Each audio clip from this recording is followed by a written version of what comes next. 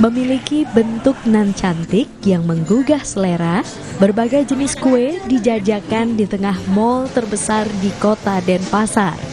Kue-kue ini tentunya mampu menarik para kaum milenial yang tengah menikmati waktu santai mereka. Berbagai sajian kuliner bisa dinikmati di area rest.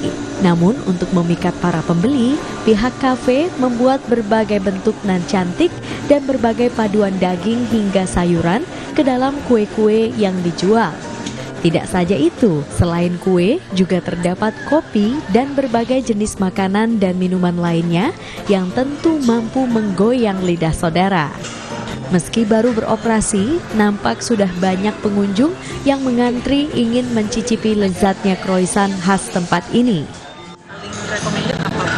Paling recommended kayak tadi itu yang charco bambu croissantnya ya. Seperti apa Pak makanannya? Wow, luar biasa menurut saya sih. Dari tampilan, porsi, oke.